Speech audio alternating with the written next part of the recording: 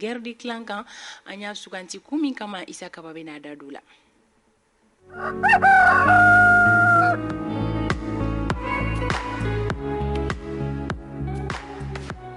Kaba bisimila walawalali kan. Saha fanda tumuta an bɛ foli kura kura ka ɲɛsin an lamɛnbagaw n'an filɛbaga bɛɛ lajɛlen ma bi ta kɛra marathon ye. Bi ta kɛra ye sika foyi t'o la kanubagaw b'a faamuya. Kaba fɛn bɛ tali kɛ bidon kumasen na an b'a fɛ ka faamuyali kɛ. Guerre de clan. Guerre de clan n'i ye clan yɛrɛ ta ka jateminɛ d'abord tubabukan na clan ye fɛn min ni jɛkulu don jɛkulu min ni i bɛ taa sɔrɔ kuma caman a bɛ jɛkuluba kɔnɔ nka jɛkuluba kɔnɔ bolofara minnu ni olu bɛ jɛkuluba kɔnɔ mɔgɔw b'olu wele ko clan nka a bɛ se ka kɛ hali jamana kunturu yɛrɛ fɛnɛ kɔnɔ i bɛ taa sɔrɔ an ka laadala jamana ninnu kɔnɔ minnu ye empire ni royaume i bɛ taa sɔrɔ empire bɛ yen nɔ mais clan dɔw b'a kɔnɔ bɛɛ n'i ka chef de clan don o wagati de ni mɔɔ ninnu yɛrɛ bɔra o wagati de ka sɔrɔ o wagati ninnu na i bɛ taa sɔrɔ kɛlɛw tun bɛ tɛmɛ mɔgɔw ni ɲɔgɔn ye donc a bɛ kɛ aw bɛ jɛkuluba kelen kɔnɔ mais kuma dɔw la mankanw bɛ tɛmɛ bolofaraw ni ɲɔgɔn cɛ o bɛɛ kun ye ka se ka mara kɛ i b'a ye k'a fɔ o wagati de ni mɔɔ ninnu ye apparition kɛ n'a fɔra ko guerre de clan bi na a bɛ mɔɔ min ko fɔ a tɛ k'a fɔ ko marifa ci ɲɔgɔnna don nka a bɛ min ko fɔ o ye bɛnbaliya nasuguya dɔ ye mɔgɔw ni ɲɔgɔn cɛ mɔgɔ minnu ye kulubaw ye kuluba kɔnɔ mais i bɛ taa sɔrɔ bolofaraw bɛ yen nɔ bɛnbaliya dugu jɛlen don minnu ni ɲɔgɔn cɛ hali n'o y'a sɔrɔ marifa ci t'a la nka u bɛ bɛnsɛnkɔniyaw ni kubaw kɛ ɲɔgɔn na ni o bɛ fɔ tubabukan na bi na o b'a utiliser u b'a fɔ ko guerre de clan. Guerre de clan kun jumɛn na an y'a suganti bi. An y'a sugandi kun min na jateminɛw y'a jira kabi wagati jan ka fɔ fanga cɛ furancɛ fanga bi na bɛɛ lajɛlen b'a dɔn ka fɔ bi na jama fanba bɛ fanga cɛ furancɛ fanga kɔ jumadon an ye sondage fɔ yan nɔ o dogolen tɛ mɔgɔ si la jama maliden fanba sondage y'o jira sondage min ni mali mɛtiri ye a bɔ dɔgɔkun tɛmɛnen bɛɛ sɔnni don ma bi na ka fɔ ko maliden fanba bɛ fanga cɛ furancɛ fanga kɔ nka min bɛ a la i b'a ye k'a fɔ fanga cɛ furancɛ fanga mɔgɔ minnu bɛ a ɲɛfɛ ni olu y'a ɲɛ minɛbagaw ye i b'a ye k'a fɔ gɛlɛyaw bɛ olu ka niveau la a gɛlɛya ye jumɛn ye o ye k'a fɔ olu yɛrɛ dɛmɛbagaw la i bɛ taa sɔrɔ kilanw de bɛ yen nɔ kilanw ye jumɛn i b'a sɔrɔ n'i ye a jateminɛ dɔw b'a fɔ ko 5 colonels 5 colonels kɔnɔ o ye maa 5 minnu ni olu ye fanga dafiri kɛ n'u lakodɔnnen don olu kɔnɔna la i b'a ye k'a fɔ jɛkulu min tun bɛ a tun bɛ fɔ o ma ko CNSP o CNSP officiellement o cira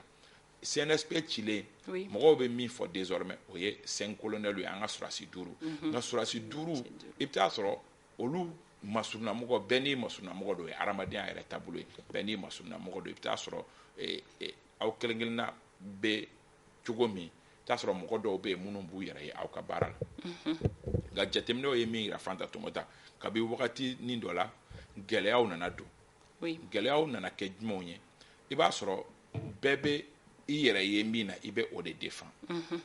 o bɛna kɛ sababu ye ka fanga cɛ furancɛ fanga sɛgɛn kosɛbɛ a fɔlɔ daminɛna wagati min ni logements sociaux o mankan wulila o mankan wulilen wagati min i b'a ye k'a fɔ a yirala k'a fɔ ko min ye premier ministre ye o nɔfɛ mɔgɔ dɔw tɔgɔ yera logements sociaux lisi la o nɔfɛ mɔgɔw tɔgɔ ye logements sociaux lisi la i b'a ye k'a fɔ mɔgɔ dɔw bɛ yen nɔ minnu ni premier ministre ma surun mɛ fanga cɛ furancɛ fanga soutiens don a dɛmɛbagaw don u t'u dogo n'a ye foyi nka olu dɔw bɔra ni kumaw ye kuma minnu ni olu bɛ i b'a fɔ u bɛ don premier ministre n'a dɛmɛbagaw gasi la o fɔ premier ministre fana dɛmɛbaga dɔw bɛ yen ni olu videomaniw ka ca olu fana bɔra k'u attaquer kɛrɛnkɛrɛnya ninnu fana b'u yɛrɛ ye mɔgɔ minnu na o ye logements sociaux ko ye o tɛmɛna ka bɔ yen nɔ kɔsani na mankan fitinin dɔ wulila kɛrɛnkɛrɛnnenya la Adama Ben ani Segu Tunkara ni ɲɔgɔn cɛ fo jeliya ko kumaw bɔra la o tɛ anw ka kuma ye mais o fana kɔnɔ i b'a ye k'a fɔ min yera kosɛbɛ i b'a ye mɔgɔ caman bɛ yen nɔ minnu caman taara ka t'u warali ye Segu Tunkara kɔ dɔw fana taara ka t'u warali ye Adama Ben kɔ donc u bɛ tuma dɔ la ɲɔgɔn burujaw bɛ bɔ u la fo u b'u yɛrɛ ye mɔgɔ minnu na fo olu ka gundo bɛ fɔ nka a la juguman kɛra min ye o ye dɔgɔkun tɛmɛnen coup d'état ko kuma min fɔra k'a fɔ ko maa dɔw ni olu ye ŋaniya ta k'u bɛ coup d'état kɛ an y'a kuma fɔ yan nɔ an ko a kuma caman bɛ yen hali mɔgɔ minnu minɛna liste officielle tɛ yen communiqué officiel tɛ yen min y'a fɔ k'a fɔ ko karisa ni karisa ni karisa de minɛna nka rumeur y'a jira k'a fɔ ko CNT mɔgɔ dɔ bɛ a la ni o ye surasi ye n'o ye Keita la ka dɔ ye Ok. o CNT mɔgɔ o minɛlen min ye fandɔn in mɔgɔw ye kɛrɛnkɛrɛnnenya la minnu b'u yɛrɛ ye Shogɛl la olu mɔgɔ kelenw b'a fɔ k'olu b'u yɛrɛ ye Shogɛl ani Asimi de la kuma caman i b'o ye minnu fana n'olu b'u yɛrɛ ye Jaw la Maliki Jaw n'o ye CNT maa ɲɛmaa ye donc a bɛ i b'a fɔ ko jalaki binna Maliki Jaw n'a nɔfɛ mɔgɔw kan k'a fɔ ko dɔ suma bɛ olu fɛ pour que ko kuma in na n y'a fɔ n ko bisigiw de don k'a sɔrɔ kɛ CNT n'a fɔra k'a fɔ ko CNT membre dɔ k'o sen bɛ ko in na mɔgɔw hakili wasuwasura ka ɲɛsin min ma fɔlɔ o ye k'a fɔ ni CNT mɔgɔ dɔ sen b'a la o kɔrɔ ye k'a fɔ ko Maliki Jaw tɛ dunan ye ko in na o fɔlen min kɛ i b'a ye k'a fɔ guerre de clans dɔ wulila mɔgɔ dɔw ye hali WhatsApp ni fɛn caman u ka groupe kan ka jalakibaw bi Maliki Jaw kan o kɛlen min kɛ Maliki Jaw fana ni masuruna mɔgɔw olu fana ma to sigilen olu fana ye jalakiba bin côté dɔ in mɔgɔ ka ani fana k'u yɛrɛ lajɛya cogo di k'a yira k'a fɔ ni a bɛ mɔgɔ minnu kɔnɔ k'a fɔ ko fanga d'Afrique ko kuma min fɔra ko Maliki Jaw sen b'a la a tigiw bɛ fili la u ye sorties yɛrɛ kɛ ka ɲɛfɔliw kɛ anw yɛrɛ ye Amadu Albert Mayiga an y'a interview a y'a jɛya k'a fɔ ni mɔgɔ ye jalaki bin Maliki Jaw kan o tigi bɛ fili kɔnɔ o kuma ninnu olu dɛsinelen tɛ transition labosibagaw la bi in na kɛlɛ ka bon transition kɔnɔmɔgɔw yɛrɛ dama ni ɲɔgɔn cɛ ka tɛmɛ hali mɔgɔ minnu t'u yɛrɛ ye transition baara la mɔgɔ minnu t'u yɛrɛ ye transition baara la kɛrɛnkɛrɛnnenya cadre des partis regroupement olu da gulɔbarani sigilen don olu yɛrɛ tɛ kuma mais kɛlɛ ka bon transition soutien yɛrɛ dama ni ɲɔgɔn cɛ ka tɛmɛ mɔgɔ minnu n'olu tɛ transition soutenir D'accord. clan minnu bɛ transition kɔnɔ n'i ye clan ta k'u jate i b'a ye k'a fɔ mɔgɔ dɔw bɛ yen bi in na olu ka transition soutien limité len don Sadio Kamara ma ni Sadio Kamara ye waleya minnu kɛ kɛlɛcɛw ka taasira kan i bɛ armée kunkan kumaw dɔrɔn de mɛn olu da transition tɔ tɛ olu ɲɛsira la mɔgɔ dɔw bɛ yen minnu b'u yɛrɛ ye Shogɛl de ka baara la fɛn o fɛn ye Shogɛl ka baara ye n'i magara Shogɛl la dɔrɔn i ni olu don olu fana ni mɔgɔw bɛ yen nɔ mɔgɔ dɔw fana bɛ yen nɔ minnu b'u yɛrɛ ye Maliki Jaw kelen pe de ka baara la n'i magara Maliki Jaw la i ni olu don donc i bɛ nin clan saba de sɔrɔ bon peut-être que clan misɛnnin wɛrɛw bɛ yen mais i bɛ nin clan saba kɔkɔlen de sɔrɔ yen nɔ mais a bɛɛ la i b'a ye tuma caman président Assimi bɛ o décide la mbele i b'a sɔrɔ ninnu bɛɛ ni président Assimi kunkanko bɛ yen nɔ u bɛɛ bɛ dɛmɛ don ka ɲɛsin o ma mais rarement i bɛ Maliki Jaw nɔfɛmɔgɔw ye kanubagaw ye ka dɛmɛ don Shogɛl ka walew walima ka yelen da Shogɛl ka walew kan. Ok, kaba o yɔrɔ la sisan mun de kan ka kɛ walasa ka dan sigi ni pratique ninnu na n'o bɛ clan ko nin ko fɔ transition kɔnɔna la. Waleyaw don minnu ni adamadenya waleyaw don mais mɔgɔw kan ka kɛ ni hakili ye. Bi in na mɔgɔ dɔw y'a kɛ i b'a fɔ ni i tɛ transition soutenir i b'a fɔ k'olu bɛ ka soutenir alors que bɛɛ n'i ka soutien cogoya don i t'a sɔrɔ dɔw bɛ yen nɔ olu bɛ nkalon ni fɛn wɛrɛw da mɔgɔw la k'o de ye transition soutenir ka nkalon tigɛ jamana waɲa yɛrɛ fɛnɛ kan i t'a sɔrɔ dɔw bɛ fɛn dɔ fɔ hakili yɛrɛ tɛ sɔn min ma fiyewu yɛrɛ. O la kaba o ko dalabɛn cogo ɲuman ye jumɛn de ye. A ko dalabɛn cogo ɲuman ye min ye maa minnu ye ɲɛma olu ka kuma u ka wulujugu fɛ kuma tiɲɛ ye o de ye parce que a kumaw n'a fɛnw a si tɛ kɛ o si ɲinama a tɛ kɛ Maliki Jaw ɲinama a tɛ kɛ Shogɛl ɲinama a tɛ kɛ Sadio Kamara ɲinama kuma tiɲɛ ye o de ye u bɛɛ b'a dɔn k'a fɔ ko ne m'a fɔ k'u bɛ wari d'u ma u bɛ fɛn mais u bɛɛ b'a dɔn k'a fɔ ko karisa ye ne ka soutien de donc ni i ka soutien bɔra ka waleya kelen kɛ ka ɲɛsin transition ɲɛmɔgɔ dɔ ma ni o ye e yɛrɛ baarakɛɲɔgɔn dɔ ye walima o y'i ka ɲɛmɔgɔ ye k'a sɔrɔ kɛ premier ministre ye dɔw ka ɲɛmɔgɔ ye n'o y'i ka ɲɛmɔgɔ ye n'i ka partisan bɔra ka kuma dɔ fɔ o tigi ma i kan k'i ka partisan wele k'a fɔ a ɲɛna a k'a janto a ka fɔtaw la ka ɲɛsin karisa ma mais ni e y'i ka partisan to yen nɔ a y'i attaqué transition maa ɲɛma dɔ la siɲɛ kelen siɲɛ fila i bɛ se k'i sigi a kan k'a fɔ e y'i ɲɛ tugu a kan cogo min o maa ɲɛma dɔ in fana b'a ɲɛ tugu a ka mɔgɔw ka riposte kan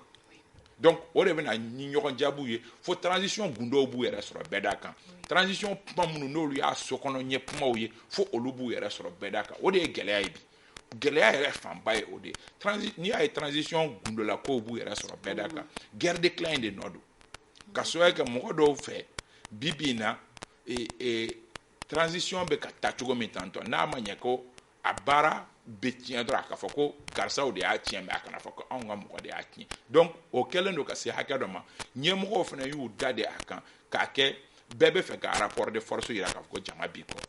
jama bɛ n kɔ jama bɛ n kɔ o bɛna se hakɛ dɔ ma u ye mɔgɔw to yen nɔ tuma dɔw la u yɛrɛ baarakɛɲɔgɔnw buruja walima i ɲɛmɔgɔ ye min ye mara yɛrɛ la k'o tigi buruja ka di e ma o tigiw bɛ tila k'a fɔ alors k'a dɔnnen don jɔn ka mɔgɔ ye jɔn ye n'i ye transition ta k'a lajɛ bi rares sont les gens Mali kɔnɔ ni mɔgɔ kumana dɔrɔn surtout minnu bɔlɔlɔw ni fɛnw sanfɛ walima radio sanfɛ intervention na n'i kumana dɔrɔn mɔgɔw b'a dɔn ko karisa ye karisa de ka mɔgɔ ye transition kɔnɔ alors que idéal kun ye min ye c'est que transition ka soutien dɔrɔn sɔrɔ transition ka soutien dɔrɔn sɔrɔ par exemple ATT clé tun bɛ yen wagati min mɔgɔ minnu tun bɛ ATT soutenir olu tun bɛ ATT de soutenir Ibrahim Bokar Keita n'a ka ko bɛɛ IBK ka soutien tun bɛ IBK de soutenir mɔgɔ minnu tun bɛ a contrôle la fana olu tun bɛ a contrôle la mais bi jɛkulu i b'i to kuma la i bɛ taa sɔrɔ i b'i to kuma la kuma ɲuman fɔli yɛrɛ la fangacɛ furancɛ fanga la i bɛ taa sɔrɔ o tɛ dɔ arranger ni e mɔgɔ min bɛ transition soutenir globalement k'a fɔ ko fangacɛ furancɛ fanga in a ka tɛ hɛrɛ la k'a kuncɛ hɛrɛ la ni mɔgɔ min b'o soutenir i bɛ taa sɔrɔ ɲɛmɔgɔ dɔ yɛrɛ transition ɲɛmɔgɔ dɔ yɛrɛ bɛ yen o ka tilanamɔgɔw ka intérêt tɛ o la transition kun ka cɛ hɛrɛ la parce que a b'olu kunna ko ni transition talonna la olu bɛ ka min soutenir o bɛ na ɲɛmɔgɔya la o fana b'a la Fanta Tomota mɔgɔ dɔw bɛ yen n'i ye se k'olu ye transition ka talon tuguni walasa olu bɛ ka min soutenir o ka na ɲɛmɔgɔya la o ye gɛlɛyabaw ye gɛlɛya minnu ni ɲɛmɔgɔ ninnu yɛrɛ de kan k'u fara ɲɔgɔn kan k'u ka soutien ninnu k'u dalabɛn officiellement tɛ dɛ mais officieusement u yɛrɛ ka réunion dɔ kɛ u yɛrɛ dama ni ɲɔgɔn cɛ k'a fɔ an ka soutien ninnu ka limite yira u la soutien ninnu nafa ka bon fangacɛ furancɛ fanga kɔnɔ personne ne peut le nier aujourd'hui u nafa ka bon parce que u bɛ kumaw fɔ u bɛ sensibilisation ni fɛnw kɛ mais u kɔlɔlɔ fana ka bon kojugu hali kuma dɔw la mɔgɔ dɔw bɛ yen minnu ye transition soutien ye u bɛ kɛ sababu ye ka transition nege b'o la ala ni u ka kumaw an'u ka nkalontigɛw n'u ka fɛn wɛrɛw olu bɛ transition yɛrɛ nege bɔ mɔgɔ la u bɛ transition ridiculiser kuma dɔw la u ka kuma dɔw fɛ minɛn dɔw bɛ taa san i bɛ taa sɔrɔ minɛn ɲumanba dɔ a nafa ka bon jamana ma mais dɔw bɛ i kanto k'a fɔ ko hali mɔgɔ dalen i si dilan kan ko minɛn dɔ tubabu minɛn dɔ b'i ŋaniya dɔ o tɛ se ka kɛ o ye ka transition ridiculiser an dalen b'a la ka fɔ faamuyali ba bɛna sɔrɔ sɔgɔmaden n'a walawalali la kaba i bɛ se ka mun fɔ k'o kɛ kumakuncɛ kuma ye kumakuncɛ kuma ye min ye dɔrɔn fangacɛ furancɛ fanga ye ɲɛmɔgɔw ka ko dɔw kunbɛn yanni u ka taa yɔrɔ jan u ka ko dɔw kunbɛn ani fana ne bɛ segin a kan tuguni ne tɛ sɛgɛn o fɔli la ni fangacɛ furancɛ fanga ko k'a bɛ mɛn o de bɛ na ni nin velléités ye o de bɛ na ni nin hakilinaw ye bi na min kan ka kɛ o ye cap ka dɔn an k'a dɔn ka fɔ an a kun bɛ cɛn na o kɛra san 3 ye o kɛra san 2 ye o fɛn dɔ ka fɔ officiellement an ka taa o kan mɔgɔw k'u baser o kan o la mɔgɔw b'a dɔn a bɛ kun cɛ nin na patience bɛ mɔgɔw la mɔgɔ minnu hali minnu n'olu tɛ fangacɛ furancɛ fanga fɛ n'u ye a dɔn k'a fɔ ko a bɛ ban nin wagati de o fana b'u patienter ko ma kɔnɔ mais tant que an bɛ nin flou kɔnɔna la nin cogoya la tantɔ ŋaniya wɛrɛw ni fɛn wɛrɛw bɛ na wa mɔgɔ dɔw fana bɛ yen nɔ diɲɛ don o don minnu ni ko wɛrɛw bɛ na n'olu bɛ na ni gɛlɛya ye donc cap ka da an ka an ɲɛsin o ma k'o kɛ objectif ye à atteindre n'a wagati sera n'a ma se ka atteindre kuma minnu kan ka fɔ olu bɛ fɔ mais il faut que don dɔ ka fɔ a bɛ kuncɛ min faamuyaliko ɲuman o bɛ nin laseli in sanfɛ kaba folikanw foli an b'a di Yakuba Sise ma yan fɔ Tɔnbɔkutukaw fɛ yen an bɛ an kanubagaba dɔ an bɛ a fɔ k'a waleɲuman dɔn Hélène k'a bɛ k'an lamɛn nin wagati la an bɛ a fɔ ka tanti Rokiya fɔ Aba n'a ka denbaya Segu an b'u fɔ ka Yata Sayi n'a furumuso Diko an bɛ olu bɛɛ lajɛlen fɔ ka foli di kanubagaw bɛɛ lajɛlen ma Acel an b'i fɔ yan fɔ Segukaw fɛ yen nɔ ka foli ba di kanubagaw Buya Keita Segu mairie kɔnɔ an bɛ foli ba di a fana ma groupe 7/7 mɔgɔw bɛɛ lajɛlen Golfa an bɛ foli d'aw bɛɛ lajɛlen ma kanuya la ka ɲɛsin an ka jɛmukan ani jɛmukanw bɛɛ lajɛlen ma Renouveau kɔnɔ Isa ka b'a k'i yɛrɛ fo ɲinini ni walawalali ale ma nɔgɔn cogoya si la Ibrahim Sanogo Iba an kɔrɔkɛ don a bɛ Segukaw fɛ yen nɔ an b'a na furumuso mam fo nin sanga kofɔlen in na an bɛ taga kiiri na Seguba Kane jɛmukan in tɛ fɔ a kɔ kuma si an bɛ Seguba n'a ka denbaya bɛɛ lajɛlen fo Umar Darame ale n'a furumuso Awa Kabaya u bɛ ɲɛwulenikaw fɛ yen nɔ an bɛ u bɛɛ lajɛlen fo jɛmukan in ka di u fɛnɛ ye kosɛbɛ Marabata Sibi ale bɛ Faransikaw fɛ yen nɔ a fɛnɛ bɛ jɛmukan in suit k'a ni ɲɔgɔn tuma MC Dara ka bɔ Kita Radio Kunanja FM na an bɛ sɔgɔmada fɛ foli di ale fɛnɛ ma fɛn bɛ tali kɛ Zumana Konate la ka bɔ Bangɔni Filabugu la kani sɔgɔma Bakari Banbera an ma ɲinɛ kɔ Amidu Kulibali Kolokani Kabakini sɔgɔma an ka foli bɛ Amidu ye oui Honorable Jara Suba an bɛ foli ba d'a ma sɔgɔmada in an ka foli b'a ye an bɛ Jawoyi fo ka taa se Madame Babi Umu Togolama Isa Sangare Amdalaye Aseyidu Mila ka kanubaga bɛɛ lajɛlen fo an se kɛra kibaruya minnu ye ka di aw ma ka daminɛ 7h15 kana bila nin sanga kofɔlen na o bɛ tali kɛ na an ka dibila baarakɛbagaw an bɛ u fo k'a fɔ u ma ko chapeau nɛgɛ kaɲɛ 9 Adel Samake bɛ na dugu kunkanko kɛnɛ sigi sini sɔgɔma 7h15 ni Ala ye o yira na an bɛ segin ka ɲɔgɔn lasɔrɔ kunnafoniya wɛrɛw kɛnɛ kan renouveau matin wɛrɛ kɔnɔna la Ala ka tile hɛrɛ